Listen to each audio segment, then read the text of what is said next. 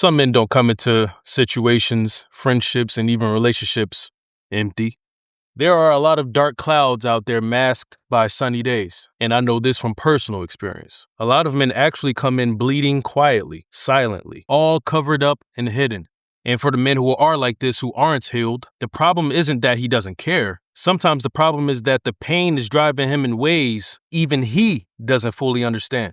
So, in today's video, I want to talk about the signs that a man has not fully healed. Because attraction can make a man look a certain way. Good to you, great to you, even as an idol or someone to look up to. But unhealed pain will always show up eventually. And I want to be clear, this is not about shaming men who are unhealed, who are going through this tough process. Everybody has pain.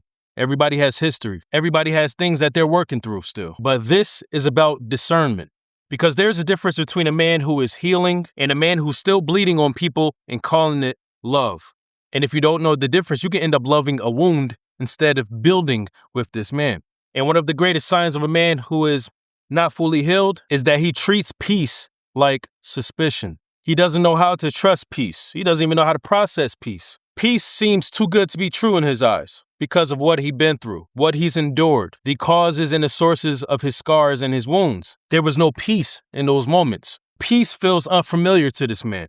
And when you bring him that peace, whether you're his friend, his lady, his coworker, his business partner, he will start to look at you funny. Like, what do you truly want from me? This doesn't seem right. You're giving me all this goodness, but is it truly good? Because based on my experiences, it leads me to this thinking. For instance, when it's his lady, when a woman is calm, consistent, respectful, emotionally safe, instead of him relaxing into that, he becomes suspicious. Why? Because if his nervous system got trained by chaos, then peace is not a face that he's familiar with, and unfamiliarity feels unsafe. This peace is feeling dangerous even. So instead of receiving healthy love, this man, he starts bracing for the switch. He's waiting for you to deceive him, to betray him, because that is all he's been through and that is all he knows. That is what he's familiar with. An unhealed man questions your consistency. He doubts all of your motives. He may even create tension because peace makes him uncomfortable. And that is one of the clearest signs that a man is unhealed, and that is he treats goodness like a setup. An unhealed man often doesn't reject love because it's bad, because it's evil, because it's not good for him. No, that's never the case. He rejects the peace that your love brings because peace was never brought to him. He overreacts to normal relationship friction. The second sign is that small things hit him like big threats. Things that the average friendship or relationship would bicker about or have a little argument about or debate about, minuscule things, little things, is actually big to him, deeper than that to him. As our elders say, making a mountain out of a molehill. Every friendship has hiccups. Every relationship has tension or misunderstandings. Every human has moments of irritation, frustration, disappointment. But an unhealed man often experiences normal relational friction like it's emotional danger.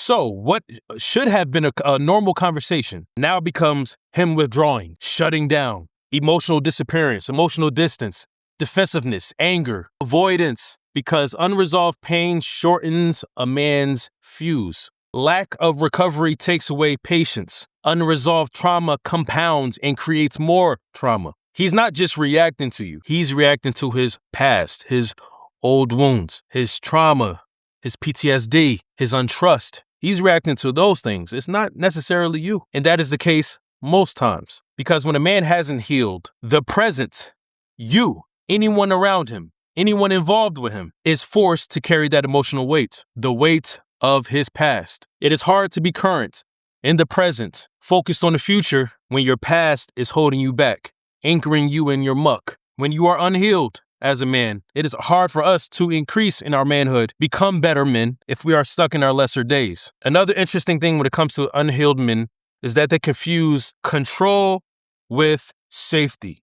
This type of man feels safest when he controls the situation, controls the environment, controls the emotional temperature. So what does this look like? It could look like him always trying to get the upper hand, or even having the need to have the upper hand, avoiding real conversations or vulnerability, controlling your access to him, being vague on purpose, especially when you ask him questions, only opening up when he decides the moment is right, or completely shutting down when he feels exposed. And the viewer, the audience, the outside person who is going through this with this man may feel like this is manipulative, but to him, that man, it's not that. For him, it's his protection. He feel like he is doing these things, acting this way towards you in order to protect himself because, once again, the things he's been through. And now he's trying to control the outcome by doing these things, which usually doesn't work out the way he's expecting it to. But that is the heart of the issue, because a man who hasn't healed often doesn't know the difference between healthy boundaries and emotional control. A man like this thinks like, yo, if I stay ahead of the plan,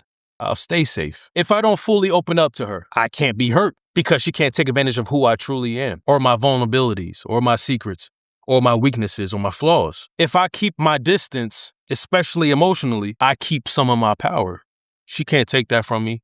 They can't take that from me because they don't know. Those are popular thoughts of a man who is unhealed. And once again, I know this because I was that guy. So an unhealed man tries to create safety through control, which in all actuality is a false sense of control, because real safety is built through honesty. He wants love, but resists being known. Now, this one is a deep one, let me tell you. A man who hasn't healed may still want a deep connection, a real connection. He's probably been yearning for this all his life. He may want companionship, friendship. He may want loyalty, closeness. He may want to be loved. He may want to be wanted. But the moment this real connection that he's been desiring starts requiring him to be fully known, he starts resisting, starts backing up, starts saying no. I can't do this. Now he's ghosting. Stop talking to you out of nowhere. And you're wondering, what the heck did I do? It's not always you. Because the thing with this type of man who is unhealed is that to him,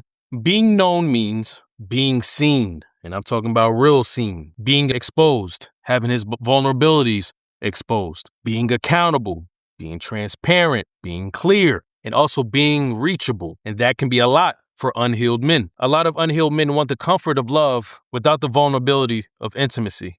Oof, it's a deep one. So they stay in relationships half open. They stay in friendships partially known. They walk around being half of themselves. They're present, but guarded. They're close, but not reachable. Loving on you, but not fully accessible. Interesting. Because let me tell you something. Some men want love so badly, but haven't healed themselves enough to be truly seen inside of it. It is almost like a dream that has the chance of it becoming a reality, and he knows it has a possibility of becoming a reality, but he would rather let it remain a dream because he would rather hide his reality. He makes you pay for wounds you did not create. Another strong sign of a man who has not healed that is that you start carrying the consequences of a pain that you did not create, that you are not the source of, that you did not cause. You didn't lie to him. You didn't betray him. You didn't hurt him. You didn't disrespect him. You didn't create the damage, but somehow you are paying for it, and you feel every bit of it. No matter how hard you try, the blood somehow pours even heavier on you. Somehow you're the one dealing with his distrust, his defensiveness, his emotional distance, his fear of closeness with you, his inability to receive something good, healthy, dependable. And that is one of the hardest parts of dealing with an unhealed man, because you could be sincere, authentic, genuine, and still get treated like the enemy. Because when a man is unhealed, he starts looking at the woman, the friend, the whatever you are to him, not as who you are, not as what you are. He stops seeing you clearly because his pain, his trauma keeps putting old faces on you. He speaks like he wants healing, but moves like he still is loyal to his pain. This one is a hard one as well, but it's important to know. Some men know the right language. Some men are told what to do, and they got some awareness of how to move in order to heal themselves. They'll say things like, I'm trying. I'm going to do better. I've been through a lot. I'm working on it. I want peace. I want something real. And they may even mean it, but healing is not about just what a man says or what he wants or what he desires. It is about what his patterns prove he is ready for. An unhealed man may speak the language of growth while still moving in ways that are loyal to his pain. You can say what you want, but what are you doing? What are you doing about it? And that is what I went through a lot in my unhealed days, in my unhealed times.